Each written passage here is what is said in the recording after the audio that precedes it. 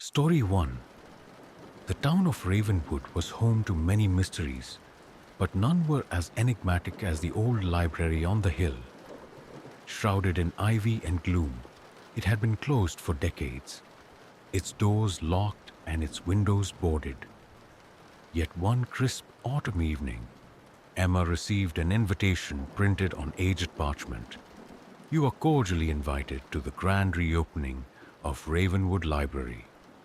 Join us at midnight for an evening of discovery and wonder.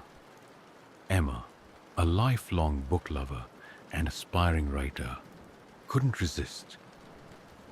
She had grown up hearing stories about the library's legendary collection, rumored to hold books that no one else had ever read, books that revealed more than they should. On the night of the reopening, she climbed the winding path to the library. A full moon cast an eerie glow over the building. The grand doors creaked open as she approached, revealing a dimly lit interior lined with towering shelves. Inside, a handful of guests wandered the aisles, their voices hushed. At the center of the room stood a woman dressed in black, her silver hair twisted into an elegant bun. Her piercing eyes locked onto Emma as she entered. "Welcome to Ravenwood Library," the woman said, her voice smooth and measured. "I am Miss Thorne, the librarian. Feel free to explore, but remember, the books choose their readers here. Do not open a book that has not chosen you." Emma nodded, puzzled but intrigued. She wandered deeper into the library, her footsteps muffled by the thick, patterned rug. The air smelled of aged paper and candle wax, and the faint sound of whispers drifted between the shelves. As Emma ran her fingers along the spines of the books, one seemed to vibrate faintly beneath her touch. It was a leather-bound tome with no title. When she pulled it from the shelf, the whispers grew louder, and the air around her seemed to hum. Opening the book, she found its pages blank at first. Then words began to appear, scrawled in an elegant script. "Do not trust the librarian." Emma's breath caught. She looked around, but no one else seemed to notice the change in the air. Closing the book, she slipped it into her bag, determined to read more later. Exploring further, Emma found herself drawn to a section marked Restricted. A velvet rope blocked the entrance, and a sign read, "Authorized access only." Despite the warning, she felt an irresistible pull towards the darkened aisle. Slipping under the rope, she walked between the towering shelves, their books bound in strange materials that seemed to shimmer in the dim light. The whispers grew louder here, forming words that she couldn't quite understand. One book caught her attention. Its cover was a deep crimson, and it seemed to pulse faintly, as if alive. She reached for it, but before her fingers could touch the spine, a hand grabbed her shoulder. "You shouldn't be here," Miss Thorne said, her voice colder now. "The restricted aisle is not for visitors." Emma stammered an apology, but Miss Thorne's gaze was unwavering. "Return to the main hall, now." Back in the main hall, Emma noticed that some of the other guests had disappeared. The atmosphere felt heavier, the whispers now constant. She opened the leather-bound book again, and more words appeared. "They are not guests. They are trapped." Panic set in as Emma looked around. The librarian stood by the entrance, her eyes fixed on Emma, and the doors, once open, were now sealed shut. "What is this place?" Emma demanded. Miss Thorne's lips curled into a smile. "This is a sanctuary for stories," she said, "and every story needs a keeper." The remaining guests began to move strangely, their forms flickering like old film reels. One by one, they dissolved into the shelves, their faces frozen in silent screams. Emma tried to run, but the shelves seemed to shift and stretch, trapping her in a maze of books. The whispers turned into voices, calling her name, pleading, and commanding all at once. When she finally reached the center of the library, the leather-bound book in her hands began to glow. Miss Thorne was there, her expression triumphant. "You've been chosen," she said. "The library needs a new keeper. Someone must stay to guard its secrets." "I don't want this," Emma cried, clutching the book. "The library decides," Miss Thorne replied, her form beginning to fade. "As I was chosen, so are you." The book flew open, its pages spinning wildly. A force pulled at Emma, drawing her into the book. The last thing she saw was Miss Thorne's fading smile as the library's whispers consumed her. Weeks later, a new invitation appeared in the town of Ravenwood. "You are cordially invited to the grand reopening of Ravenwood Library. Join us at midnight for an evening of discovery and wonder." Inside the library, Emma's reflection watched from a mirror on the wall, her eyes now filled with the same piercing gaze as Miss Thorne's. The whispers continued, waiting for the next guest to arrive. Story 2, The road was long and winding, cutting through dense forests and rolling hills. Claire had been driving for hours when she finally saw the sign. "Welcome to Stillwood." The letters were faded and vines crept up the edges of the wooden board. Her GPS had lost signal miles ago, and the village wasn't on any map she had checked. Claire was a travel blogger, always seeking out hidden gems, and Stillwood seemed like the perfect subject for her next post. The village lay in a picturesque valley, its cobblestone streets lined with quaint cottages. Yet, as she parked her car and stepped out, an eerie silence greeted her. There were no birds, no rustling leaves, just an unnatural stillness. The few villagers she saw barely acknowledged her presence. They moved quickly, heads down, avoiding eye contact. Something about their pale faces and wide eyes made Claire's skin crawl. The only place that seemed remotely welcoming was the Willow Inn. Its wooden sign creaked in the breeze, and a faint light glowed in the window. Claire pushed open the heavy door, the bell above jingling softly. The innkeeper, a middle-aged woman with streaks of grey in her hair, greeted her with a forced smile. "Welcome," she said. "You'll be wanting a room, I assume." Claire nodded, noticing the woman's trembling hands as she handed over a key. "If you hear anything strange tonight," the innkeeper added hesitantly, "ignore it. Stay in your room, no matter what." Before Claire could ask what she meant, the woman disappeared into the back room, leaving her alone in the dimly lit lobby. Claire's room was small but cozy, with a four-poster bed and a window overlooking the village square. As night fell, the silence deepened, pressing against her ears. She tried to focus on writing her notes, but unease prickled at her senses. Around midnight, she heard it. A soft humming, low and melodic, drifting through the air. It seemed to come from the square below. Ignoring the innkeeper's warning, Claire peeked out the window. A figure stood in the center of the square, cloaked in shadows.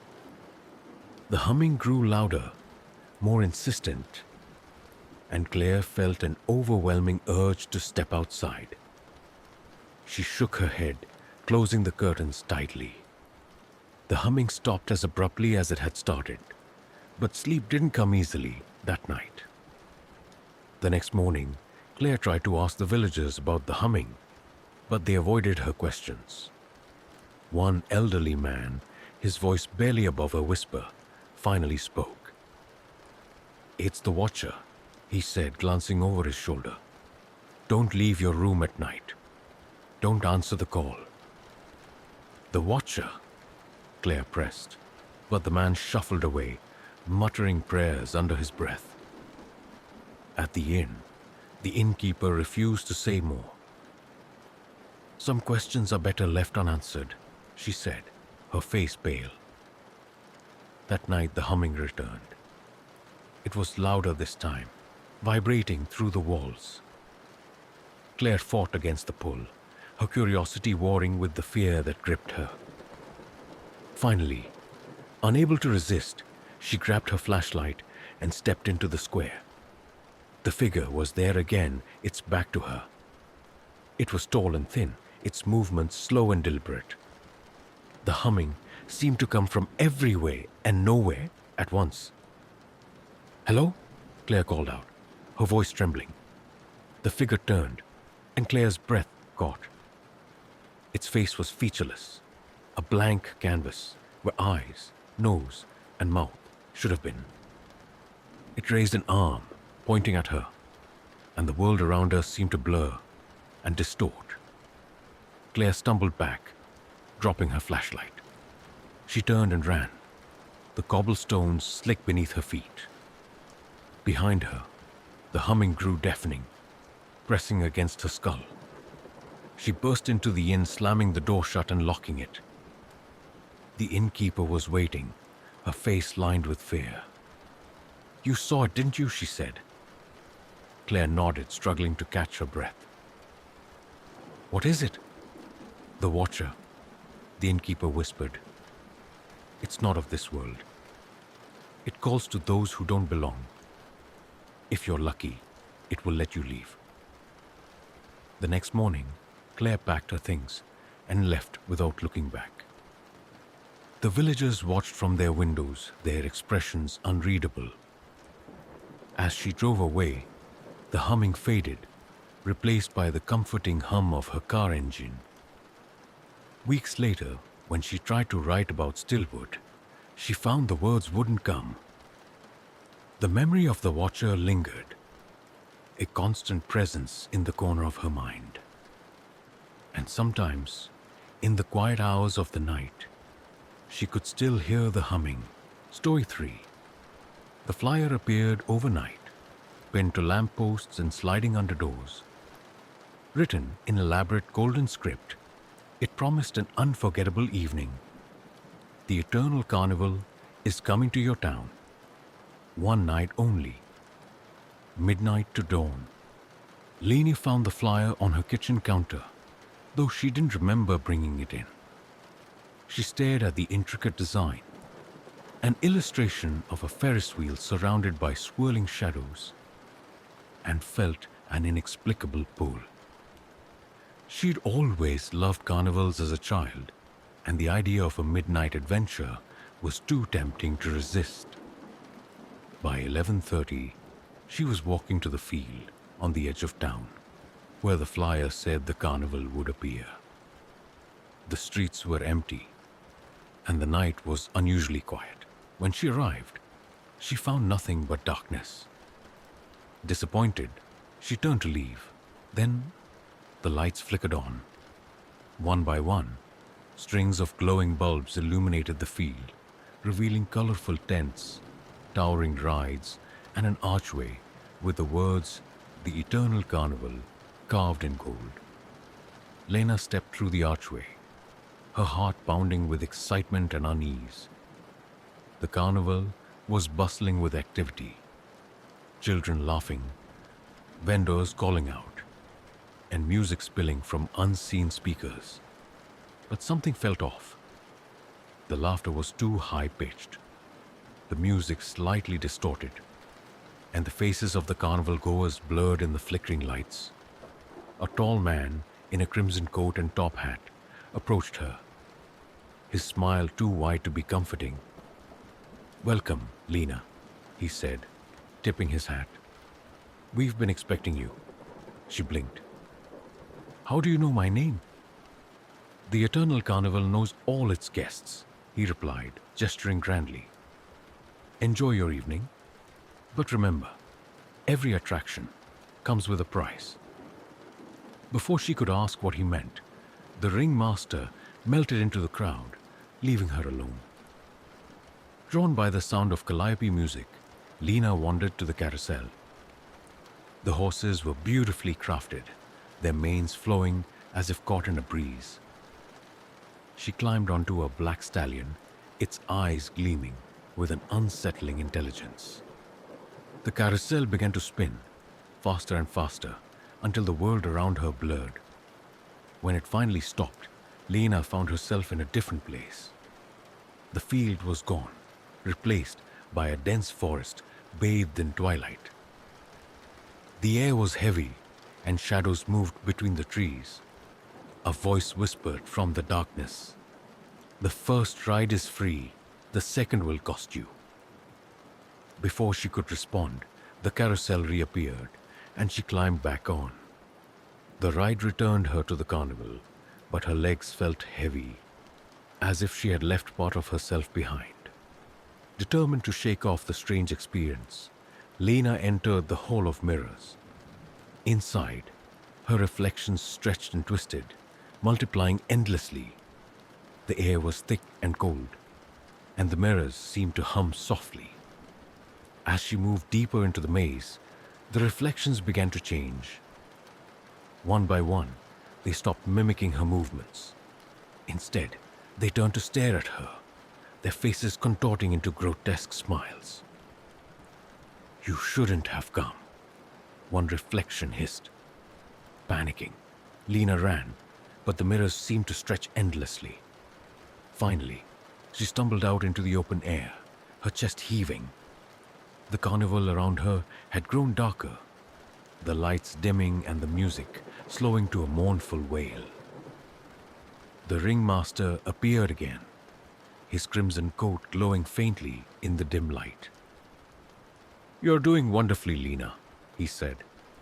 "Only one more attraction remains. The Ferris wheel awaits."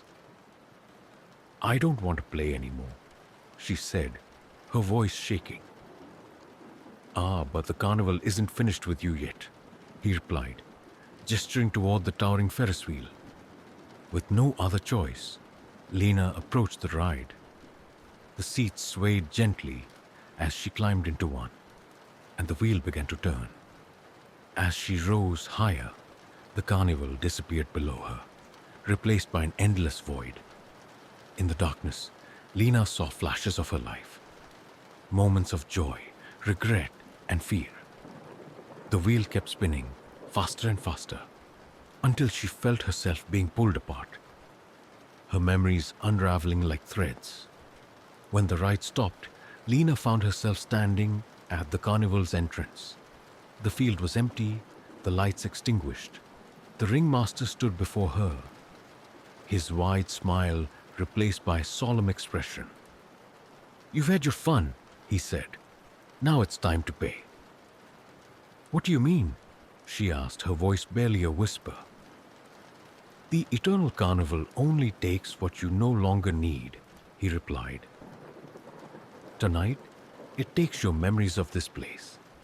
You leave with no recollection of what you've seen or done, but the carnival will always remember you." Lena tried to protest, but her thoughts grew hazy.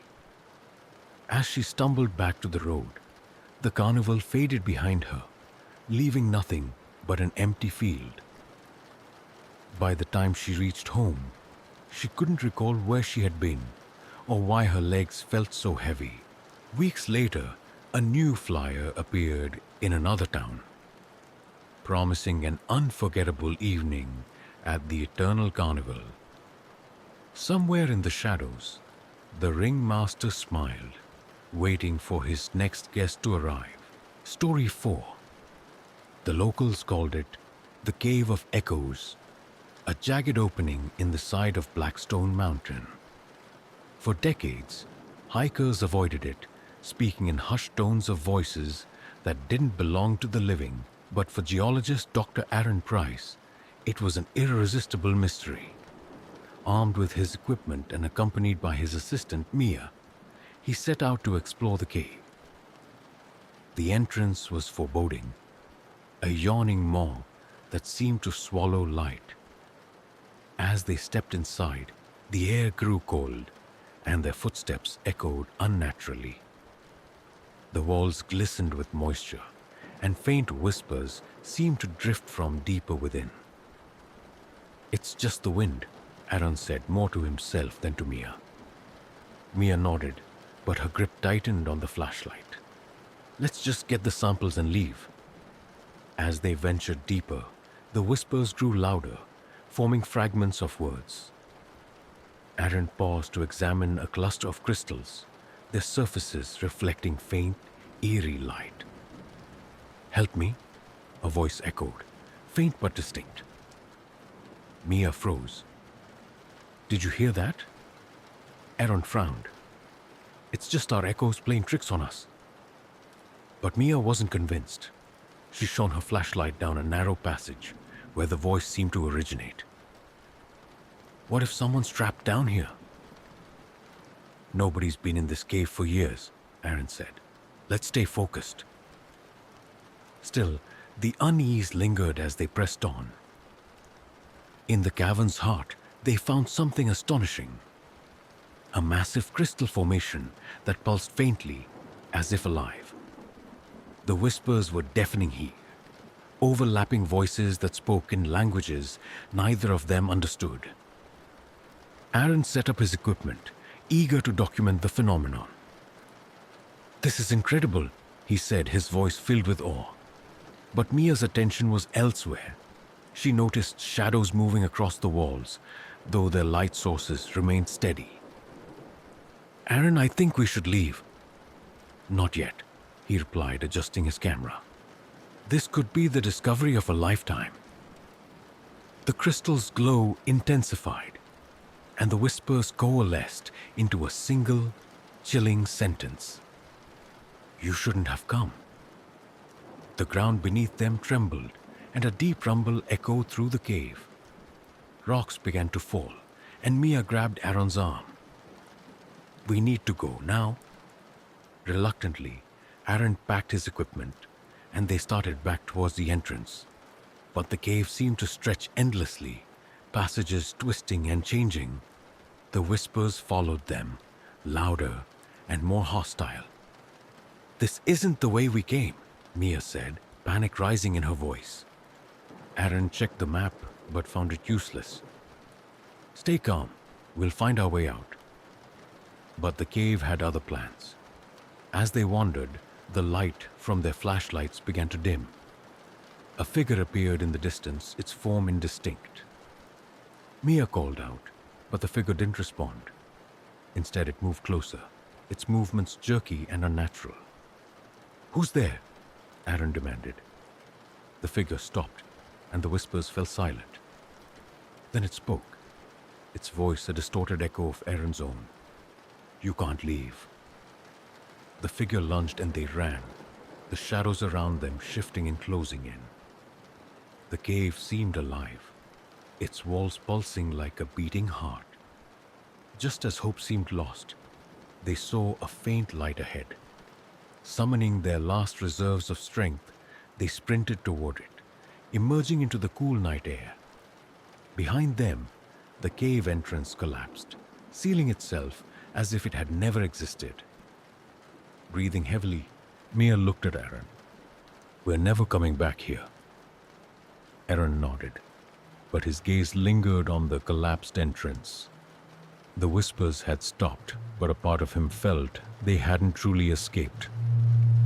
The crystal's glow was etched into his mind, and he couldn't shake the feeling that the cave was still watching, waiting for its next visitors. Story 5. The Velvet Curtain Theatre had been closed for decades, its once grand marquee now faded and covered in dust. Built in the 1920s, it had been the pride of the city before a series of strange accidents led to its abrupt closure. Whispers of ghostly apparitions and cursed performances kept locals away, even as time eroded its former glory. When a wealthy entrepreneur announced the theater's grand reopening, the news sent shockwaves through the community. Tickets sold out within hours, and everyone wondered if the stories were true. Among the attendees was Emily, an amateur playwright with a fascination for the macabre. On opening night, the theater shone brightly, its restored marquee lighting up the street. Emily stepped inside, marveling at the ornate chandeliers, red velvet curtains, and golden accents.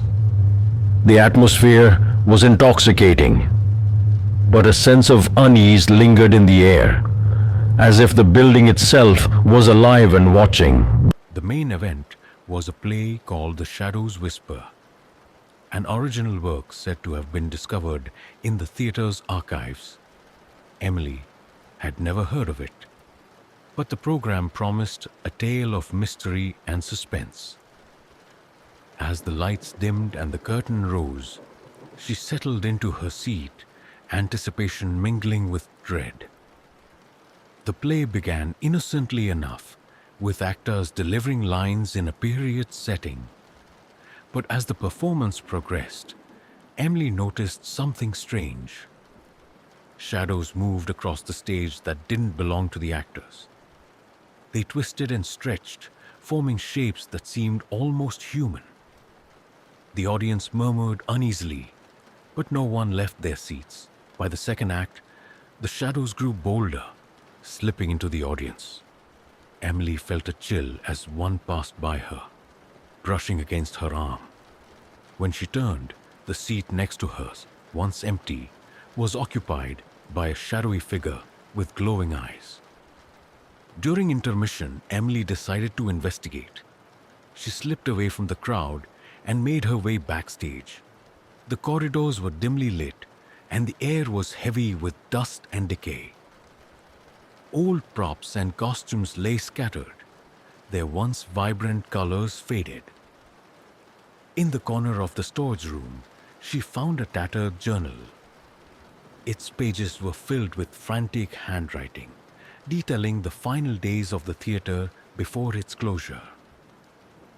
The entries spoke of an unseen director who demanded perfection and punished those who failed. One entry sent shivers down her spine. The shadows aren't part of the play. They come from somewhere else, and they want more than a performance. Back in her seat, Emily tried to focus on the final act, but the shadows were everywhere now. They crawled along the walls and ceiling, their movements hypnotic yet terrifying.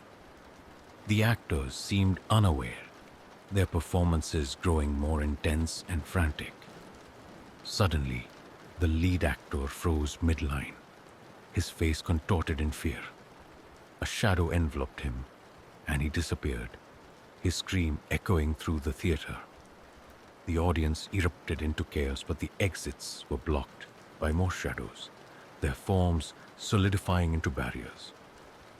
The house lights flickered, and the unseen director spoke. Its voice was deep and resonant, echoing through the theater. "You are all part of the performance now."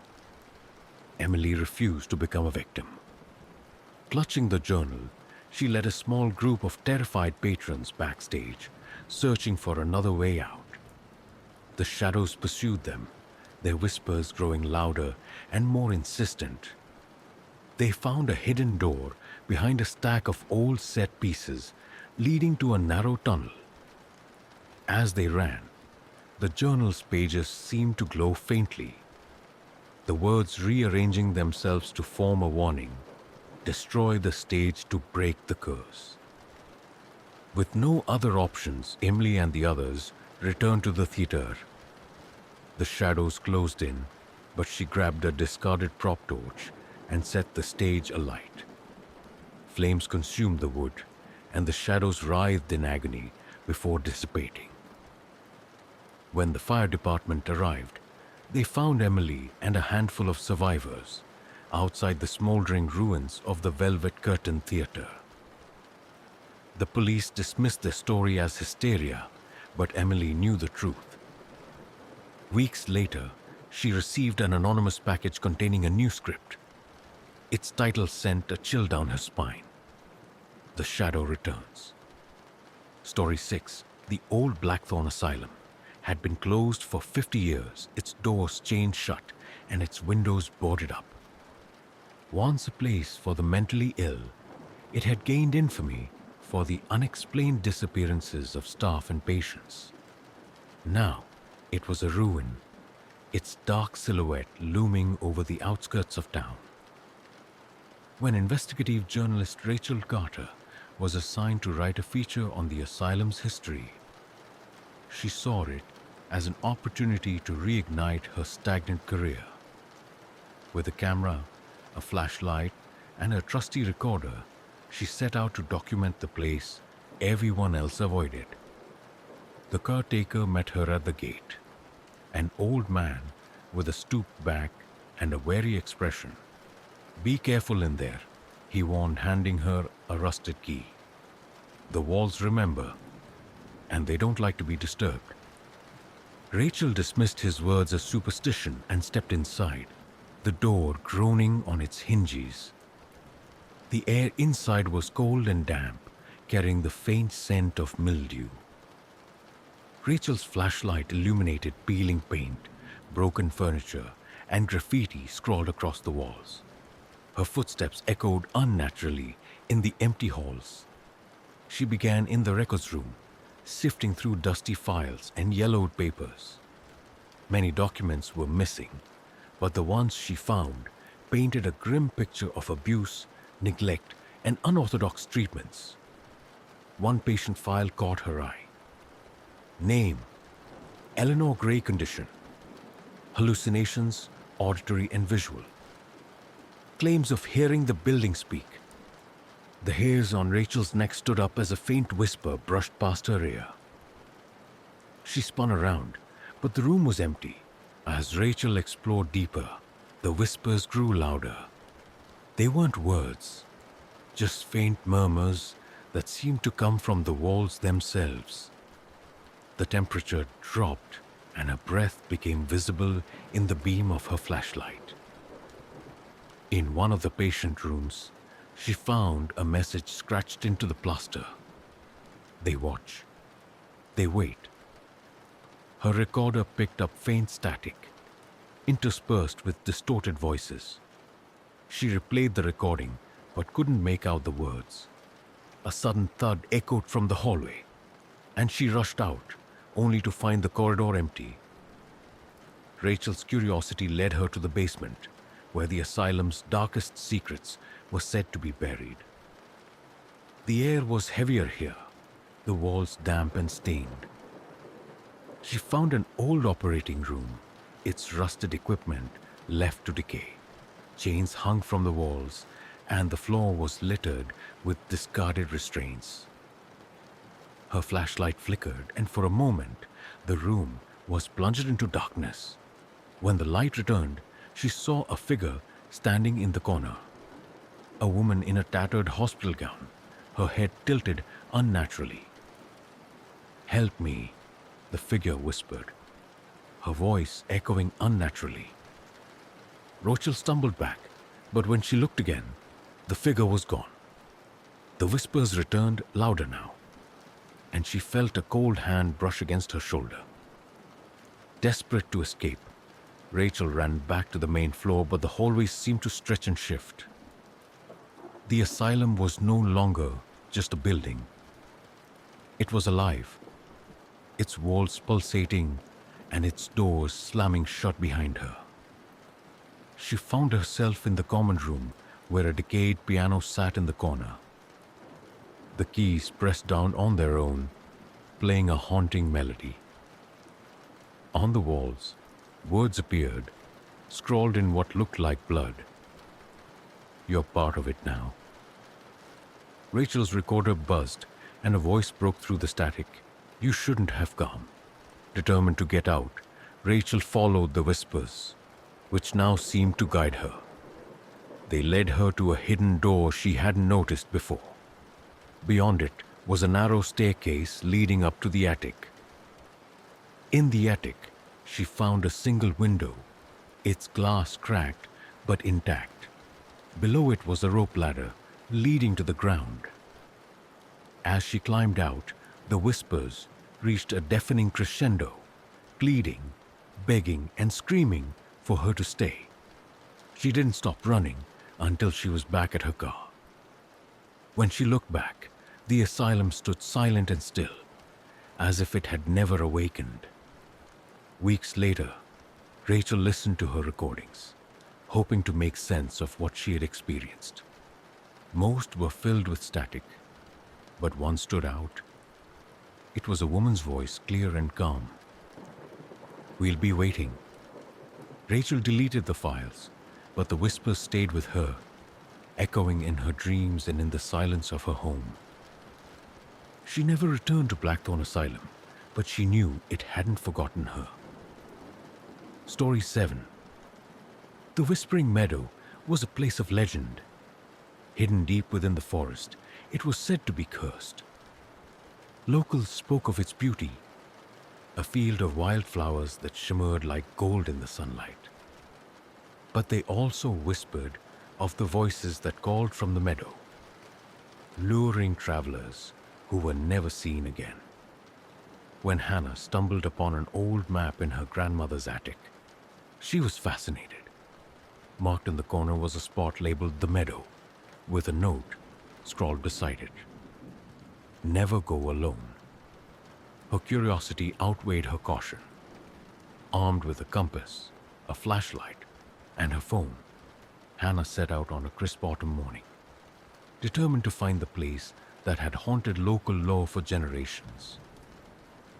The forest was dense, the air cool and filled with the scent of pine. Hannah followed the map's markings, the path winding deeper into the woods. Hours passed, and just as she began to doubt the map's accuracy, she heard it. A faint, melodic humming. The sound grew louder as she walked, and soon the trees opened into a clearing. The meadow stretched before her, more beautiful than she could have imagined. Wildflowers of every color swayed gently. Despite the still air, the sunlight seemed to linger here, casting a golden glow over everything. But something felt off. The humming wasn't coming from the wind or the flowers. It was faint but unmistakable.